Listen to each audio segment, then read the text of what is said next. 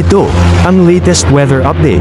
Alamin ang pinakasariwang ulat panahon ngayon dito sa Information TV Educational Channel 2. Patuloy pa rin umiiral ang southwest monsoon o habagat dito sa may bahagi ng Visayas at Mindanao, kung saan ngayong araw magdudulot pa rin po ito ng mataas na tsansa ng mga pagulan dito sa bahagi ng Palawan maging sa malaking bahagi pa ng Visayas. So pag-iingat po para sa ating mga kababayan dyan sa posibilidad ng mga pagbaha at pagguho ng lupa. Samantala, dito naman po sa nalalabing bahagi pa ng ating bansa ay meron tayong mararanasan pa rin ng mga isolated na mga pag-ulan, dulot pa rin ng habagat at ng mga localized thunderstorms. At sa kasalukuyan, meron po tayong minomonitor ng mga cloud clusters dito sa may silangan ng ating bansa. Sa labas po yan ng ating area of responsibility, kung saan continuous monitoring nga po tayo dito sa mga kaulapan nito sa posibilidad na ito ay magkaroon ng sirkulasyon at maging isang ganap na low pressure area sa mga susunod na araw. So patuloy lamang po tayo magantabay sa updates